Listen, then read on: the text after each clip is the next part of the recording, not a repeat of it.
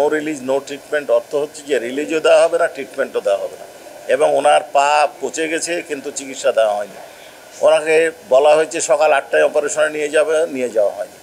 সাবেক প্রধানমন্ত্রী শেখ হাসিনা, সাবেক স্বরাষ্ট্রমন্ত্রী আসাদুজ্জামান খান কামাল এবং সাবেক আইজিপি চৌধুরী আবদুল্লাহ আল মামুনের বিচার গতকাল থেকে শুরু হয়েছে।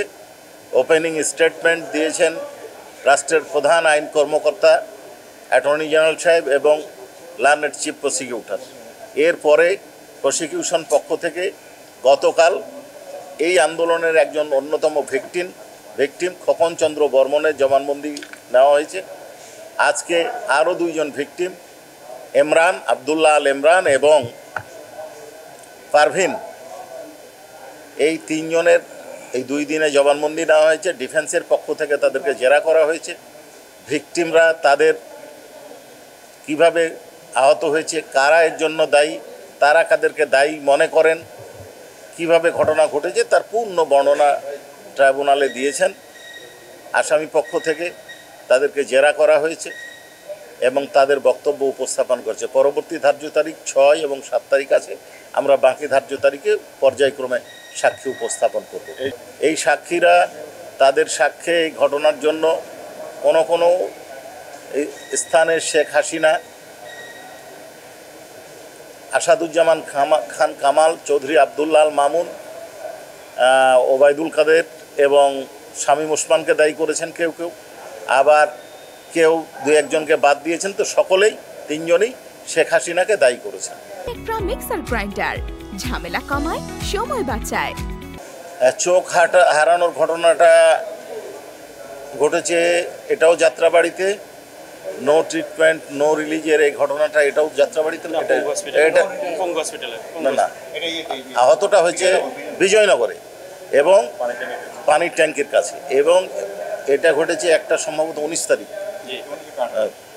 19 তারিখে হচ্ছে আবদুল্লাহ আল ইমরানের ঘটনা। ওইখান থেকে ওনাকে নিয়ে যাওয়া হয়েছিল, হাসপাতালে ভর্তি ছিলেন, ভালো মতো চিকিৎসা হয় নাই। ওনার সামনে বলা হয়েছে যে নো রিলিজ নো ট্রিটমেন্ট। উনি মনে করেছিলেন যে হয়তো চিকিৎসা হবে, কিন্তু পরবর্তী যে অবস্থাগুলো দেখেছেন উনি, তাতে ওনার কাছে মনে হয়েছে যে নো রিলিজ নো ট্রিটমেন্ট অর্থ হচ্ছে যে রিলিজও দেওয়া হবে না, ট্রিটমেন্টও দেওয়া হবে না। এবং ওনার পা পচে গেছে কিন্তু চিকিৎসা দেওয়া হয়নি। ওনাকে বলা হয়েছে সকাল 8টায় অপারেশনে নিয়ে যাওয়া হয়নি। আরও বিভিন্ন অনিয়ম, ক্যাবিন দেওয়া হয়নি, দুর্গন্ধে মানুষ থাকতে পারছিল না, সেইখানে তাদেরকে সহায়তা করার মতো লোক ছিল না। এ ধরনের বিস্তারিত বর্ণনা উনি দিয়েছেন। পারভিন কিভাবে একজন মুমূর্ষ আহত ব্যক্তিকে বাঁচানোর অবস্থায় উনি তাকে উদ্ধার করতে গেছিলেন, তাকে কিভাবে হত্যা করা হয়েছে, তার চোখে কিভাবে গুলি করা হয়েছে তার বর্ণনা দিয়েছে। তার চিকিৎসা করা হয়নি, 5 তারিখের আগে ভালো হবে সেটার বর্ণনা দিয়েছেন। 5 তারিখের পরে তার চিকিৎসা ভালো হয়েছে সেটা বলেছেন। উনি এই ঘটনার জন্য যারা দায়ী তাদের নাম বলেছেন, একজনের নাম বলেছেন এবং তার বিচার চেয়েছেন। এই বক্তব্যটা উনি এই মামলার প্রাসঙ্গিক না হয় এটা রেকর্ড হয় না। উনি আসলে তা না।